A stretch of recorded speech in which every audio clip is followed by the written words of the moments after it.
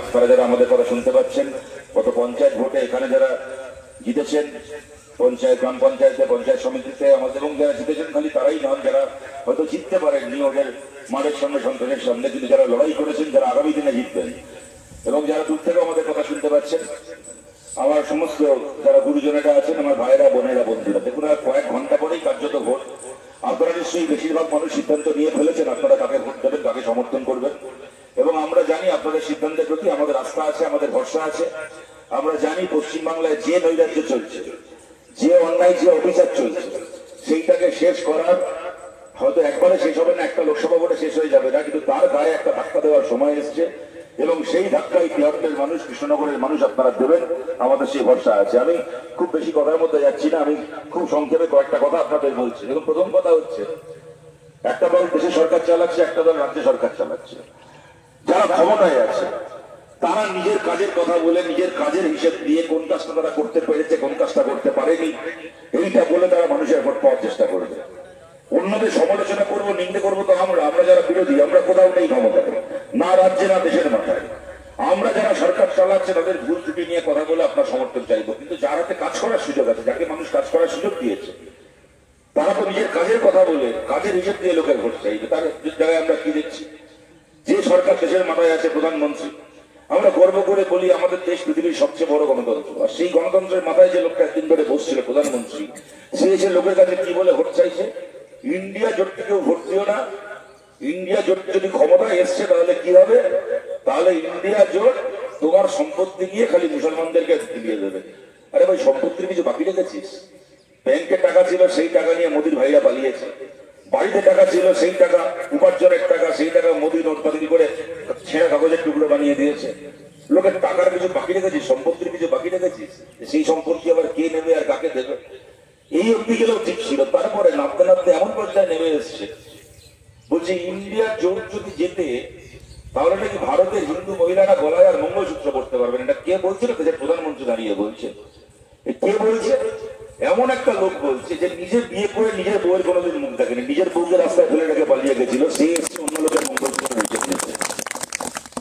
এটা খুব আনন্দের সঙ্গে বলছি না, গর্বের সঙ্গে বলছি না, সে একটা অন্য দলের নেতা হতে পারে, কিন্তু এটা আমাদের আক্ষেপ, এটা আমাদের লজ্জা যে আজকে রাজনীতি কি কোনো পাড়ার মস্তান, পাড়ার গুন্ডা নয়, দেশের প্রধানমন্ত্রী এমন নোংরামির পর্যায়ে নামিয়ে এনেছে, এমন ইসলামিক পর্যায়ে নামিয়ে এনেছে যে ওই দলের স্তরে নেবে আমাদেরকে ওদের কথার উত্তর দিতে হচ্ছে। এটাও আমাদের গাফিলদিন করছে। এই নোংরামির পরিবেশকে শেষ করতে হবে এইবারের ভোটে। অপরদিকে আমাদের রাজ্যে মমতা বন্দ্যোপাধ্যায় ঘুরে ঘুরে ঘুরে ঘুরে বলে বেড়াচ্ছেন এখন একটাই কথা, এই নদিয়াতে, কৃষ্ণনগরে এসে বলে গেছেন, চার জায়গায় গিয়ে বলছেন কি, কেউ সিপিএম কে ভোট দেবে না, কংগ্রেসকে ভোট দেবে না, সবাই তৃণমূলকে ভোট দেবে। বিজেপির বিরুদ্ধে কেন? যদি তৃণমূলকে ভোট না দাও তাহলে বিজেপি জিতে যাবে, বিজেপি ক্ষমতায় চলে আসবে, বিজেপি পশ্চিমবাংলায় বাড়বে। আরে বিজেপির পশ্চিমবাংলায় আসবার কিছু বাকি রেখেছেন আপনি? বামফ্রন্ট সরকার ছিল 34 বছর, হ্যারিকেন নিয়ে খুঁজলেও বিজেপির একটা পঞ্চায়েত মেম্বার খুঁজে পাওয়া যেত না। আর আপনি এসে এমন গভর্নমেন্ট চালালেন, সিপিএম শূন্য হয়ে গেল, কংগ্রেস শূন্য হয়ে গেল, বিজেপির 18টা এমপি, 77টা এমএলএ হয়ে গেল। তারপরে আপনি আবার মঞ্চে দাঁড়িয়ে বলছেন নাকি বিজেপি চলে আসবে। বিজেপির আসলে কি বাকি রেখেছেন বলুন তো? কৃষ্ণনগর সাক্ষী আছে, কৃষ্ণনগরে কখনো কংগ্রেস জিতেছিল, দিনের পর দিন বামপন্থীরা জিতেছিল। একবার যদি এই কৃষ্ণনগরের মাটিকে বিজেপির এমপি পেতে হয়ে থাকে, তাহলে কৃষ্ণনগরের মাটি বিজেপির এমপি পেয়েছিল মমতা বন্দ্যোপাধ্যায়ের জন্য। মমতা বন্দ্যোপাধ্যায় এখানে এসে বিজেপির হয়ে প্রচার করে জুলু মুখার্জিকে বিজেপির পতাকা কৃষ্ণনগরের এমপি বানিয়েছিলেন। আপনি মমতা বন্দ্যোপাধ্যায়, আপনার বাপ আমরা ভুলে গেছি। উনি ঘুরে ঘুরে অন্য লোককে নেমোকারাম বলে বেড়াচ্ছেন, গদ্দার বলে বেড়াচ্ছেন, শুভেন্দু গদ্দার, মেডুল চক্রবর্তী গদ্দার, এটা তো 100 বার গদ্দার। আপনি মমতা ব্যানার্জি, আপনার থেকে বড় গদ্দার কি আছে বলুন তো ভারতের রাজনীতিতে, বাংলার রাজনীতিতে? সে কংগ্রেসের ঘরে আপনার জন্ম হলো, সেই কংগ্রেসের পিঠে ছুরি মেরে তাদের 1 নম্বর শত্রু বিজেপিকে ক্ষমতায় এনে সেই সরকারের মন্ত্রী হয়েছেন। আপনার থেকে বড় নেমোকারাম বাংলায় কোনোদিন জন্মেছে আপনার আগে? ঘুরে ঘুরে বলে বেড়াচ্ছেন এনআরসির বিরুদ্ধে, সিএ এর বিরুদ্ধে, যেন সবাই একাত্র হয়ে আপনাকে ভোট দেয়, বাংলার মুসলমান যেন আপনাকে ভোট দেয়, বাংলা ধর্ম নিরপেক্ষ হিন্দু মানুষ যেন আপনাকে ভোট দেয়। আমরা ভুলে গেছি 2021-এর আগেও এক কথা বলেছিলেন, 21-এর আগেও এক কথা বলে এরকম ভাবে ভোট নিয়েছিলেন। একটা বড় অংশের মানুষ তৃণমূলকে ভালোবেসে নয়, মমতা বন্দ্যোপাধ্যায়কে সমর্থন করে বলে নয়, খালি এনআরসির হাত থেকে বাঁচবে বলে, সিএ হাত থেকে বাঁচবে বলে বাধ্য হয়েছিলেন তৃণমূলকে ভোট দিতে। তারপর আপনি কি করলেন? এনআরসির বিরুদ্ধে লড়ছিল যে ছেলেটা আনিস খান, একটা 19 বছরের ছেলে, তাকে বাপের সামনে থেকে টেনে নিয়ে গিয়ে বাড়ির ছাদে তুলে পুলিশ পাঠিয়ে তাকে মাটিতে ফেলে খুন করলেন। বাপের সামনে থেকে ছেলেটাকে খুন করলেন, একটা 19 বছরের ছেলেকে এনআরসির বিরুদ্ধে লড়ছিল। আর সকাল বিকেল বাংলার মুসলমানকে 1 ঘন্টা অন্তর অন্তর যে হুমকি দিত যে লোকটা, যে মুখ খুললে এনআরসি করে বাংলাদেশ পাঠিয়ে দেবো, 1 ঘন্টা অন্তর অন্তর হুমকি দিত যে লোকটা, সেই বাবুল সুপ্রিয়কে নিয়ে গিয়ে রাজ্যের মন্ত্রী বাংলায়। আজকে মমতা বন্দ্যোপাধ্যায় বাংলায় দাঁড়িয়ে বলছেন এনআরসির বিরুদ্ধে আপনাকে ভোট দিতে। এই বাংলা এমন এক রাজ্য আপনি বানিয়েছেন যেখানে আনিস খানের লাশ কবরের তলায় শুয়ে থাকে, আর সেই কবরের মাটির উপর দিয়ে বাবুল সুপ্রিয় লাল লাঠি গাড়ি বেরিয়ে যায়। এই হচ্ছে আজকের পশ্চিমবাংলার চেহারা। তারপরে আপনি এসছেন, আপনার থেকে বড় নেমকারাম কি আছে যে এনআরসির নামে ভোট নিয়ে আনিসকে খুন করে আর বাবুলকে মন্ত্রী বানায়? আপনাদের বলছি এদের নেমকারামি আপনারা দেখেছেন। এখান থেকে সাংসদ হয়ে গেছেন মহুয়া মৈত্র, যখন পার্লামেন্টে গিয়ে হিসাব করে কেস খেয়েছে, কার ফোন নাম্বার, কোন পাসওয়ার্ড টাকা দিয়েছে, কোন ব্যবসায়ীর কাছ থেকে টাকা খেয়েছে না খেয়েছে জানি না, তার নামে যখন তদন্ত কমিশন বসালো বিজেপি, তৃণমূলের কারো ক্ষমতা হয়নি তার হয়ে মুখ খোলার। আমরা বলেছিলাম আমাদের হাজার বিরোধ থাকতে পারে, কিন্তু বিজেপির আক্রমণ, বিজেপির আগ্রাসনকে আমরা মেনে নেব না, আমরা দাঁড়িয়ে বলেছিলাম। কিন্তু আপনিও মমতা ব্যানার্জি আপনার বলি হারিয়ে যায়, এমন লোককে জিতিয়ে পাঠান কেন বলুন তো? বিজেপির বিরুদ্ধে লড়ার নাম করে তারা জিতে যাবে, তারপর বাকি জীবনটা জেলে কাটাবে, মাঠ ময়দান ভাঙা করে দিয়ে। এই যে পাশের বিধানসভা কেন্দ্র প্রবাসী পারে, এখানকার এমএলএ জেলে যাওয়ার কথা ছিল তাপসরা, কেন জেলের বাইরে আছে ওরা নিজেও জানে না। প্রবাসী পাড়া এমএলএ এসএন সাথী আমাদের প্রার্থী এমএলএ ছিলেন প্রবাসী পাড়া, তাকে হারালো, মানিকগঞ্জ এমএলএ হল। আর যখন বিজেপি কোন সাম্প্রদায়িক প্রচার করতে আসে, আর যখন মানুষের প্রতি কোন অন্যায় হয়, আক্রমণ হয়, মানুষের সুখে দুঃখে অভাবের অভিযোগে, বিধানসভায় হেরে যাওয়ার পরও এসএন সাথী পলাশী পাড়ার রাস্তার মাঝখানে রাস্তার মোড়ে দাঁড়িয়ে থাকে। আর যে লোকটা ভোট পেলে এত বড় বড় কথা বলেছে, এখন গোটা ফ্যামিলি নিয়ে বসে বসে জেলে ভাত খাচ্ছে মানিক ভট্টাচার্য। এই হচ্ছে মমতা বন্দ্যোপাধ্যায়ের গোডাউনের ভালো। কি হবে বলুন? জিতে গিয়ে আর্থিক জেলে যাবে, বাকি আর্থিক বিজেপিতে যাবে। যে জেলে যেতে রাজি হবে না সে বিজেপিতে যাবে, সে বিজেপিতে যেতে রাজি হবে না সে জেলে যেতে। এমন চুরি করে, এমন পাক করে বসে আছে।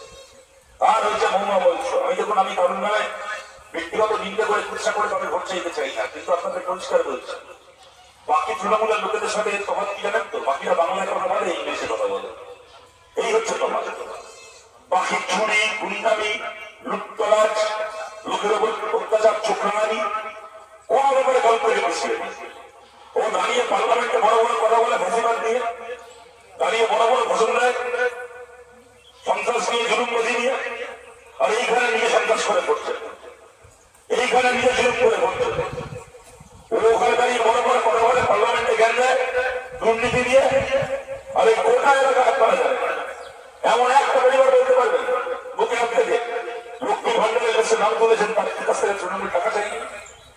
একটা পরিবার বলতে পারবে তৃণমূল আমলে বাড়ি তৈরি চেক তৈরি হয়েছে, তাকে আগে থেকে তৃণমূলকে টাকা দিতে হয়? এখন এমন অবস্থা হয়ে গেছে, সুদে সুদে টাকা ধার নিয়ে বন্ধন ব্যাংকের মতো ব্যাংক 22-24% সুদ নেয়, সেই ব্যাংক থেকে সুদের টাকা ধার নিয়ে আগে তৃণমূলকে ঘুষ দিতে হয়, তারপরে বাড়ি তৈরি চেক তৈরি হয়ে আছে, তাও আসে না। আরো মহারানী ওখানে দাঁড়িয়ে বড় বড় কথা বলছে। আর একখানা এসছে, বিজেপির প্রার্থী করেছে কোথাকার দাস মাথা নাকি কোন রাজার মাথা ভগবান জানে। আরে 2024 সালে লোকতন্ত্র, কোন রাজা নবাব সুলতানের জমানা নয়। তোমার কোন চক্রপুরুষ ভালো ছিল? চক্রপুরুষ আগে সাম্রাজ্য ভেসে গেছে, জনগণের কাছে পৌঁছে গেছে, এ করতে এসছে রাজমাতা।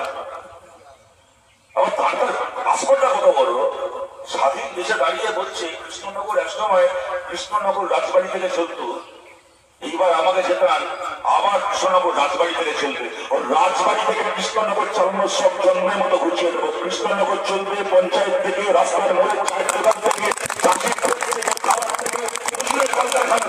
কোন রাজবাড়ি বা কোন রাজবাড়ি থেকে কৃষ্ণনগর চলবে না। এখন মোদী ফোন করেছে, আর এই কৃষ্ণনগরের এরিয়ার পদে আছে, মানুষের সাথে আস্তে আস্তে আলোচনা হচ্ছিল। অদ্ভুত একটা কেমন প্রার্থী করেছে বিজেপি। এই কেন্দ্রে মোদী অফিসে যতবার প্রচারে আসছে ততবার বিজেপি প্রার্থী প্রচারে আসছে না। রাজভবনে বসে বসে পাতা হাওয়া খাচ্ছে, রোদে বেরোচ্ছে না। এত বড় আসমান রাজা মোদী ফোন করেছে, ফোনে বলছে কি বাংলাদেশ, ওরা অদ্ভুত উচ্চারণে, ওরা বাংলা না হিন্দি না ইংলিশ সে উনি বলতে পারবেন। বলছেন মোদীজি আমার জানেন তো আপনাকে একটা কথা বলবো, দুঃখের কথা। বলছে হ্যাঁ হ্যাঁ বলিয়ে বলিয়ে।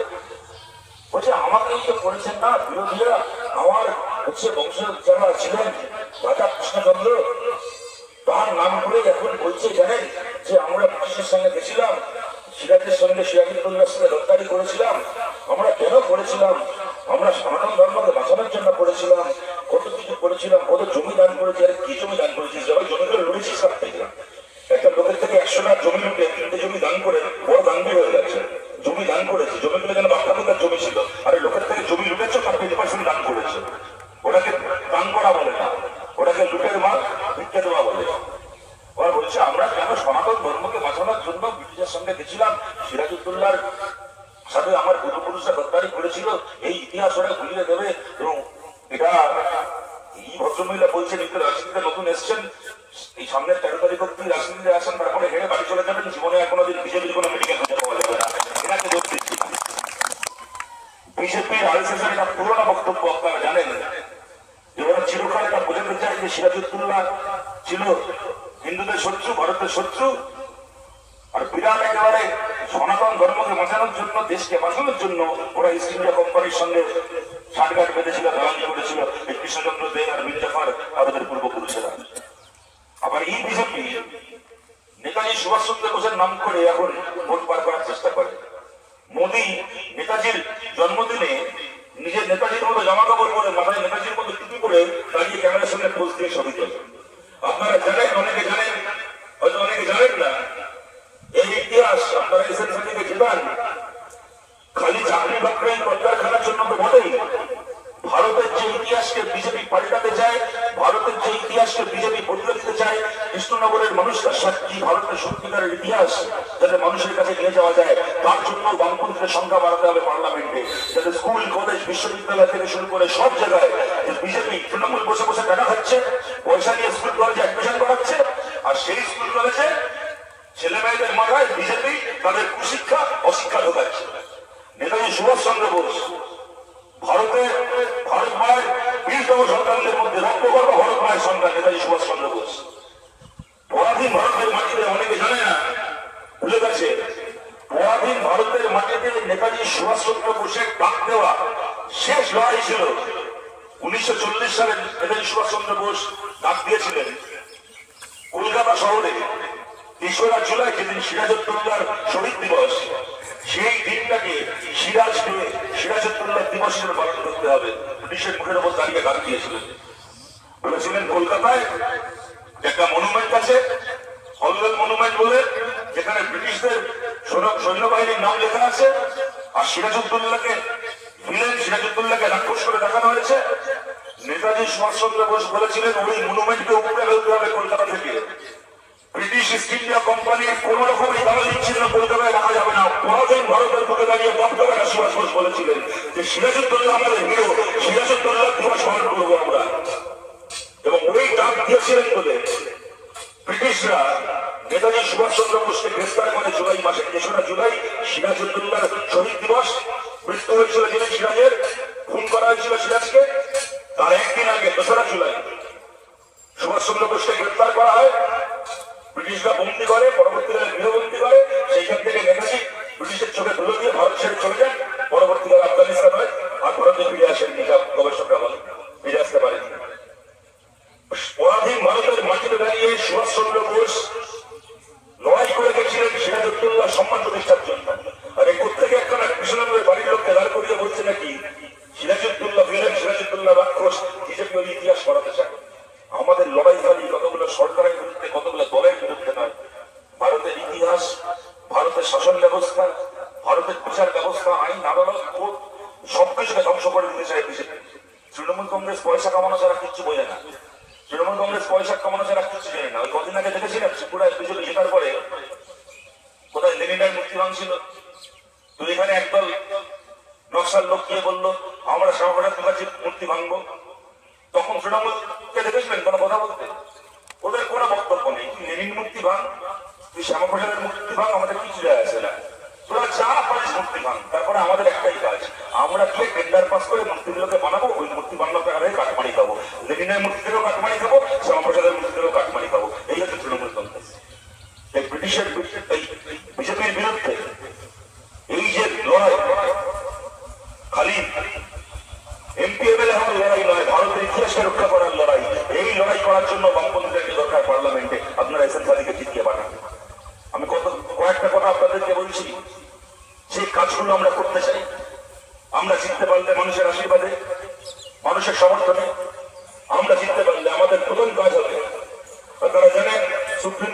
দিয়েছিল অযোধ্যায় মন্দির তৈরি করার, মন্দির তৈরি হয়েছে। কিন্তু এই সুপ্রিম কোর্ট রায় দিয়েছিল তার 3 বছর আগে 2016 সালে সম কাজে সম বেতন দিতে হবে। কন্ট্রাকচুয়াল চাকরির নাম করে লোককে 3 ভাগের 1 ভাগ মাইনে দিয়ে কাজ করানো যাবে। আজ অব্দি বিজেপি সেই আইন পাস করেনি, না তৃণমূল সেই আইন কার্যকর করেছে। আমরা বলছি আমরা ছেড়ে যদি সরকারে অংশগ্রহণ করতে পারি, নতুন সরকারে যদি আমরা সরকারে যেতে নাও পারি, যদি আমরা বিরোধী হতে, তাহলে বিরোধী হিসেবে পার্লামেন্টের ভেতর দাঁড়িয়ে সম কাজে সম বেতনের আইন পাস করানোর জন্য আমরা লড়াই করবো। আমরা আবার কন্ট্রাকচুয়াল লোকদের নাম করে মানুষকে দিয়ে 3 ভাগের 1 ভাগ মজুরিতে কাজ করানো যাবে না। পুলিশ থেকে শুরু করে, ব্যাংক থেকে শুরু করে, রেল থেকে শুরু করে, প্রাইভেট চাকরি যারা যারা কন্ট্রাকচুয়াল কর্মী আছে, পঞ্চায়েতে, পুরসভায়, স্কুলে, পরিবহনে, কন্ট্রাকচুয়াল লোকেদের চাকরিকে স্থায়ী করতে হবে, স্থায়ী মাইনে আওতায় তাদেরকে আনতে হবে। 2 নম্বর কথা, বিনা পয়সায় পড়াশোনা করার আইন আমাদের সরকার করেছিল, ইউকে সরকার করেছিল। যে কাজ আমরা বাংলায় করেছিলাম 1978 সালে জ্যোতিবাবু করেছিলেন, 2004 সালে সেই কাজ দেশে ইউকে সরকারে গিয়ে আমরা করেছিলাম, সরকারকে সমর্থন করেছিলাম। 3 নম্বর কথা, ন্যূনতম মজুরি। আপনারা জানেন কেরালা ভারতের একমাত্র রাজ্য যেখানে একদিন কাজ করলে 650 টাকা মজুরি পাওয়া যায়, তার কম মজুরি দেওয়া যাবে না কাউকে, আইন করা আছে। ওই আইন আমরা গোটা দেশে করতে চাই। আজকে বাংলায় কাজ করলে 200-250 টাকা মজুরি পাওয়া যায় একদিন, তার থেকে অর্ধেক টাকা তৃণমূল খেয়ে যায়, সেই টাকাও লোকে পায় না। আমরা জিতলে অন্তত পক্ষে 650 টাকা দৈনিক মজুরি, আর এখন যে বছরে 100 দিনের কাজ আছে, 100 দিনের কাজকে বাড়িয়ে বছরে 365 দিন কাজ, এই আইন আমরা করব। তার সঙ্গে এটাও বলছি, যদি এসএন সাদি যেতে, তাহলে আপনি তারপরে কাজ করবেন, 100 দিনের কাজ করবেন কি অন্য কোনো কাজ করবেন, আপনার অ্যাকাউন্টে টাকা জমা করবে। আপনি বাড়ি তৈরির ফর্ম ফিল আপ করেছেন, আপনার অ্যাকাউন্টে টাকা আসবে। তারপরে কোন তৃণমূলের নেতার বাপের ক্ষমতা হবে না আপনার কাছে গিয়ে বলে তোমার অ্যাকাউন্টে জব করে টাকা জমা করেছে, এই টাকাটা তুমি রেখে বাকি টাকাটা আমাদেরকে দিয়ে দাও। কোন তৃণমূলের নেতার বাপের ক্ষমতা হবে না যদি আমরা জিততে পেরেছি এই কাজ করা। 4 নম্বর কথা, আপনারা জানেন যে বিজেপি তৃণমূলকে চোর বলে, তৃণমূল চোর তো বটেই, বিজেপি চোরের বাবা। গোটা দেশে 25 জন বিরোধী দলের বড় বড় নেতা যারা বিভিন্ন হাজার হাজার কোটি টাকা দুর্নীতি করেছে। আমাদের এখানকার শুভেন্দু মুকুল রায়ের মতো ছোটখাটো নয়, এরা কয়েকশো কোটি, এরা বাচ্চা, কয়েক হাজার কোটি টাকা দুর্নীতি যারা করেছে, এরকম 25 জন বিরোধী দলের নেতা তারা বিজেপিতে যোগ দিয়েছে গত 10 বছরে। তাদের মধ্যে 23 জনের বিরুদ্ধে ইডি সিবিআই তদন্ত বন্ধ করে দিয়েছে। আমরা বলেছি আমরা জিতলে এই প্রতিটা তদন্তের ফাইল খুলবে কি ওই নারায়ণ রানে আর কি পশ্চিমবাংলা শুভেন্দু অধিকারী, সব কটা চুরের ফাইল খুলবে, ইডি সিবিআই সবার ভিতরে তদন্ত করবে। বিজেপির পায়ে আশ্রয় নিয়ে কেউ তদন্তের হাত থেকে বাঁচতে পারবে না। এবং 6 নম্বর কথা, আপনারা জানেন আমাদের পার্টি ঘোষণা করেছে এই একজন এমপি নিজের এলাকায় কাজ করার জন্য যে টাকা পান, বছরে 5 কোটি টাকা, 5 বছরে 25 কোটি টাকা পান সংসদ তহবিলে। এই টাকার মধ্যে আমরা ঘোষণা করেছি যেখানে যেখানে আমাদের এমপিরা জিতবেন, এখানে এসএন সাদি, রানাঘাটে অলোকেশ দাস, মুর্শিদাবাদে মোহাম্মদ সেন থেকে শুরু করে যেখানে যেখানে মানুষের আশীর্বাদে আমরা জিতবো। সব জায়গায় তো জিতবো না, কিন্তু যেখানে যেখানে আমাদের এমপিরা জিতবে।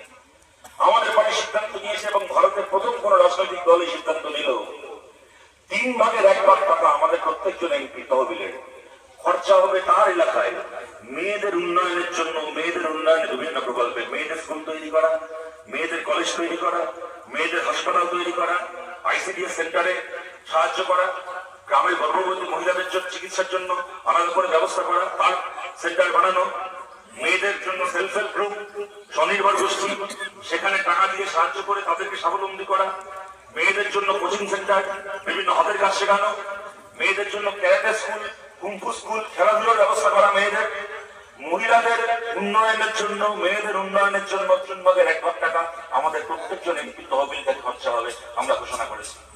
আমরা বলছি আমরা জিতলে একটা 9 পয়সা কোন প্রকল্প, একটা 9 পয়সাকে বন্ধ করতে পারবে না। সরকারি প্রকল্প যেমন চলছে তেমন চলবে, আরো ভালো করে চলবে। খালি কি বন্ধ হবে? আজকে একটা সরকারি প্রকল্পের সুবিধা পেতে গেলে এই যে তৃণমূলকে আগে ঘুষ দিতে হয়, কাটপানি দিতে হয়, ওদের মিটিং মিছিলে যেতে হয়, এইটা বন্ধ হবে। সরকারি প্রকল্পের টাকা আপনারা যেমন পাচ্ছেন আপনারা তেমন পাবেন, আরো ভালো করে পাবেন। তার জন্য এমনকি সিপিএম এর মিছিলেও যেতে হবে না কাউকে। যার যে টাকা পাওয়ার কথা তিনি নিশ্চিন্তে নিজের টাকা পাবেন, কোন রাজনৈতিক দলের দালালি করতে হবে না।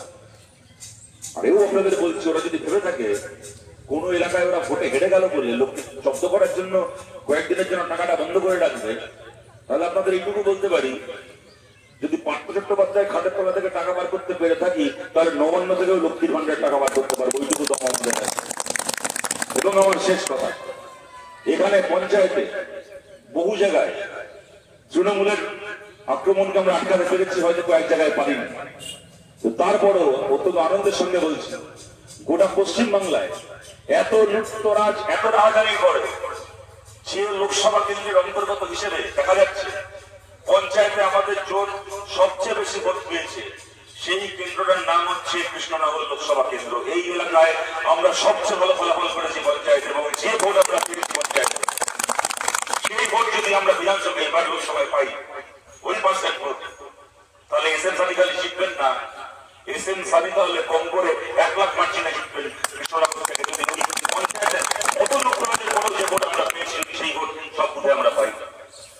আপনাদেরকে বলছি, কিন্তু তৃণমূল এটা জানবে, তাই ওরা তো সহজে থাকতে চাইবে না, গায়ের জোরে কিছু বুথ দখল করে ভোট করতে আসবে, যেটা আমি বলার আগেও আমাদের বাকি বক্তারা বলছিলেন। আপনাদের পরিষ্কার এখানে বলছি, ওরা যে ভাষা বোঝে ওদেরকে সেই ভাষায় উত্তর দিতে হবে। এই ভোট দিদির পোষা পুলিশ, দিদির পেটোয়া পুলিশ আর দিদির পেটোয়া ভিডিও দিয়ে হবে না। কিন্তু তার থেকেও বড় কথা হচ্ছে, কোন কেন্দ্রীয় পুলিশের ভরসাতেও আমরা থাকবো না। তারা তাদের কাজ করলে ভালো, ভোট তাহলে শান্তিপূর্ণ হবে, কিন্তু আমরা শুভেন্দু অধিকারীর মতো ওদের মুখের দিকে তাকিয়ে বসে থাকবো না। তারপরে কেন্দ্রীয় বাহিনী থানায় বসে মাংসভাত গেলে আমরা রাস্তা দাঁড়িয়ে থাকবো না যে কেন্দ্রীয় বাহিনী নিয়ে আর কি করে ভোট করবো। আমরা ভোট করবো আমাদের বাহিনীর জোরে, আমরা ভোট করবো জনগণের বাহিনীর জোরে।